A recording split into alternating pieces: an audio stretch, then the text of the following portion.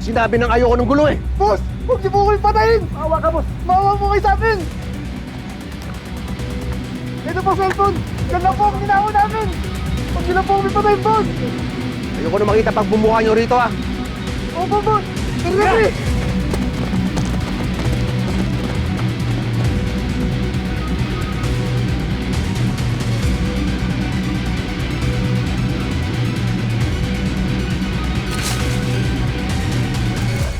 Nawala kasi yung kasama ko, kaya dalhin ko sa kwarto sana to.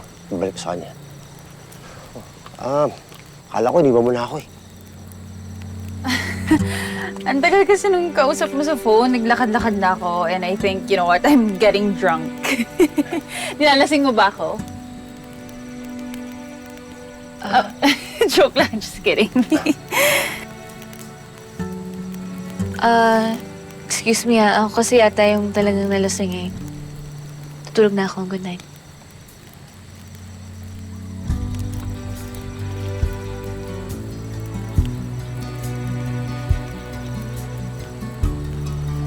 Actually, ako rin eh. Meron pa akong boyfriend duties.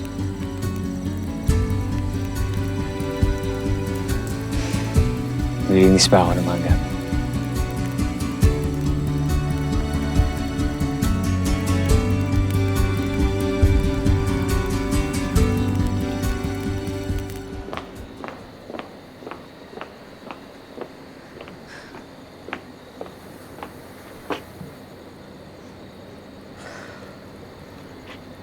Wala nga pala akong susi. Kakainis!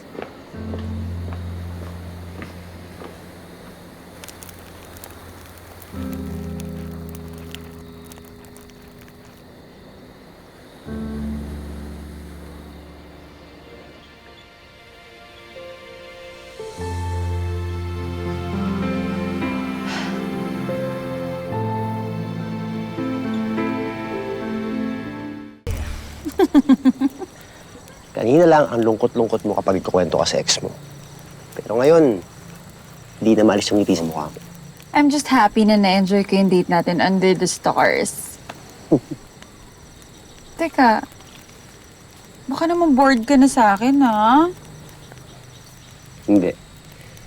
Nag-enjoy din ako. Tsaka ito talaga yung plano ko. Magkaroon ng magandang business para hindi ko na problemahin yung pera. Relax-relax na lang kasi nakakapagod ng trabaho. Speaking of work, may question ako sa'yo. Di ba sabi mo ikaw yung may-ari ng resort na to? Tapos tumawag sa'yo yung boss mo. Ano yun, ibang work? Parang gano'n naman. Ano yung trabaho mo sa kanya?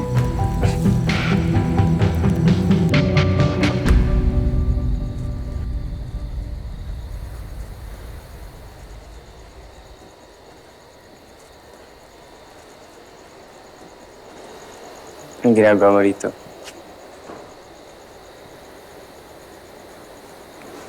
Wala pala akong susi eh.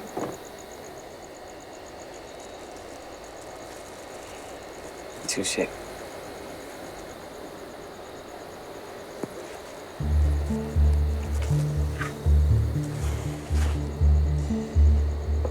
Pwede ba kitang makausap? Meron lang sana akong gustong i-explain. Ano explain mo? Wala naman.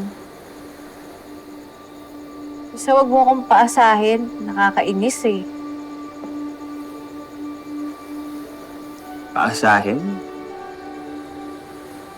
Yung susi kasi, akala ko bibigay mo na sa akin eh. Ayaw mo naman ibigay, pinapaasa mo lang ako. Gusto ko na kayo pumasok. Papagod na ako eh. Oh, listen to me.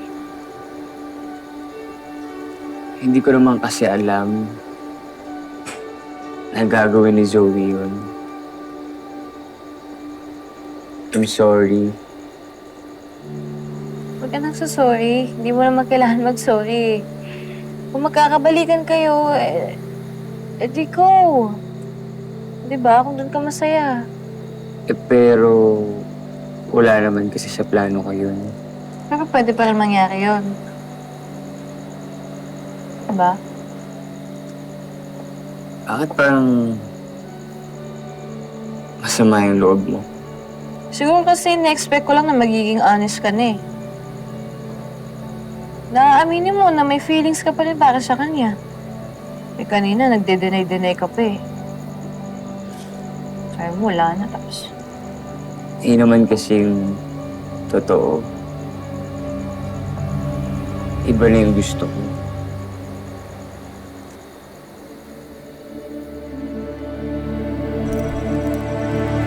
Parang bigla ka naman naging interesado sa trabaho ko. Wala lang. I'm just asking. I'm just curious. Baka kasi pwede ako mag-apply ng trabaho sa boss mo. Oh, eh bakit di ka na lang sa akin mag-apply? Sure ka ba natanggap ka agad? Ba? Yung pa kitang personal assistant. Wag na sa'yo. Baka magkaroon pa tayo ng conflict of interest, no? Doon na lang sa boss mo. Di ba isipin mo, para kung makapasok ako sa kanya, baka magstay ako dito sa Valmora for good. Please, introduce mo na ako sa kanya. Kasi kung makapasok ako sa kanya, mas matagal tayo magkakasama. Sige. Bukas na bukas din. Papakilala kita sa kanya. Talaga? Sige. Cheers!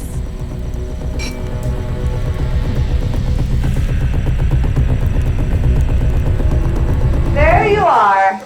How are my two lovebirds? Tita, How's your dinner?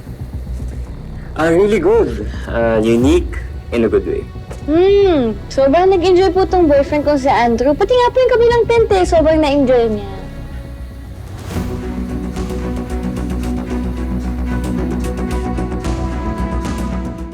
Sayang talaga, hindi ko kayo naabutan. Nagmamadali pa naman ako kasi gustong-gusto ko talagang marinig yung love story ninyo. Kung paano kayo nagkakilala. Pero tita, hindi pa naman kami aalis eh. What if we return the favor? I-treat ka namin ng dinner. Oh, that's so sweet, Iho. But I have to decline. Bakit po? Aalis na po kayo? Hindi, Iha, kasi may very important meeting ako bukas ng gabi. And this meeting could expand my business. Alam nyo naman, expensive i-maintain ang beauty ko. Yes! Ay,